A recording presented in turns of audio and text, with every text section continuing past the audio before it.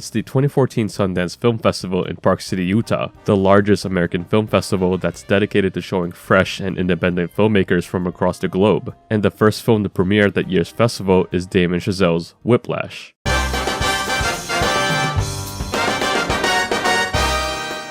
The film was met with critical acclaim for its acting, screenplay, direction, editing, and many other technical aspects. It even won that year's Audience Award and Grand Jury Prize for a drama. The winner is Whiplash, directed by Damien Chazelle. It didn't just stop there though, as the hype around it would lead the film to receive Academy Award wins in Best Film Editing, Best Sound Mixing, and Best Supporting Actor for J.K. Simmons' outstanding performance.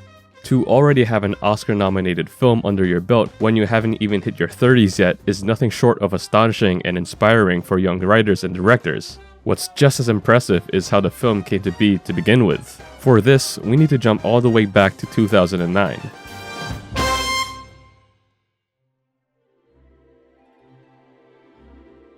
This year marked the release of Chazelle's short film, Guy and Madeline on a Park Bench. It was spliced together footage from when he graduated from Harvard back in 2007 as a film major, and the film was generally well received by critics, leading to a small, limited release in just 6 theaters.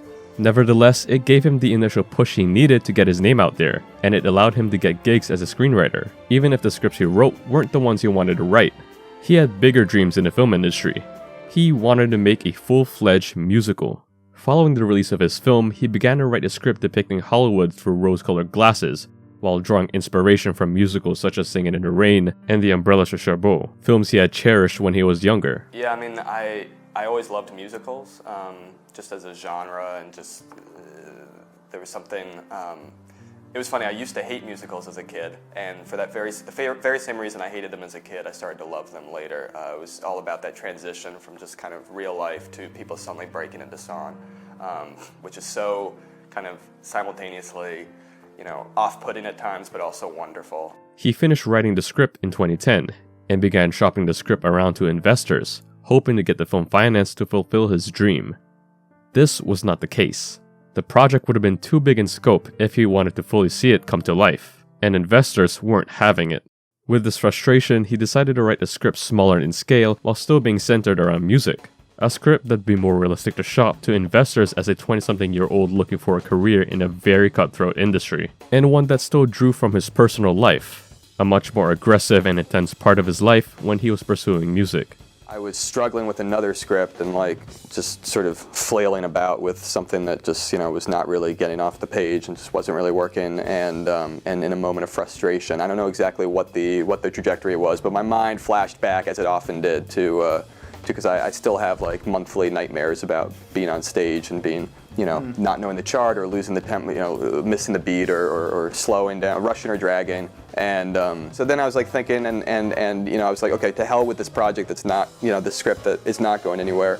Let me just see if I can sit down and write something about this. Let's see if I can just take this one very specific experience I had. It was the most personal thing I'd ever written, the most embarrassing in that sense as well. It was just kind of it sounds very cliche to say this, but it was definitely that kind of pouring out on the page sort of thing, and I wrote it very quickly and then kind of put it in a drawer and was too embarrassed to show it to anyone for a while because I didn't like what it said about myself.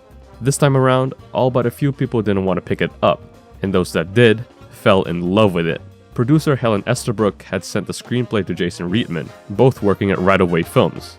They wanted to put the script on film, along with Jason Blum's Blumhouse Productions.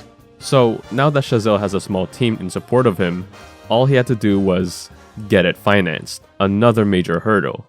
And a way that they had thought to persuade investors was to give them a small taste of the script. They wanted Chazelle to shoot a short film based on a scene from the screenplay. They wanted him to send a message. And with the help of Right Away Films, Blumhouse Productions, in just a few days, Damien Chazelle would produce a 20-minute short film that would debut at the 2013 Sundance Film Festival titled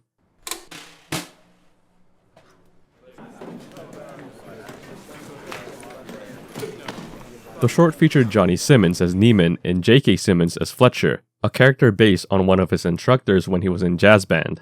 It was set in a familiar setting, the first scene at Fletcher's studio. Almost every shot, every line, and every performance are copied to a T in the 2014 version of the film without the obvious financial boost, as you could tell with the lighting, color grading, and sound mixing.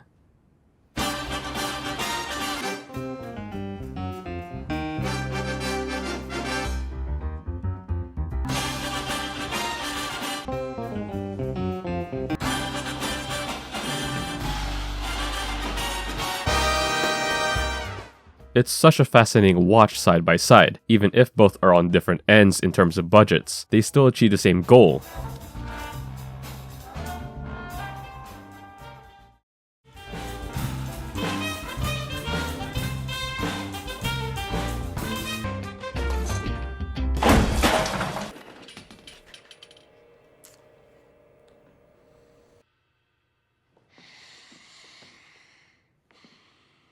What do you suppose I just hurled a chair at your head, Neiman?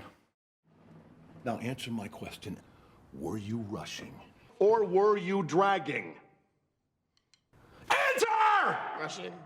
The 20-minute short was praised by those in attendance, winning the jury award for fiction. And this was all he needed to get investors on board with his vision. He would later get Miles Teller to play the role of Andrew Neiman, and J.K. Simmons would return to his role as Terrence Fletcher.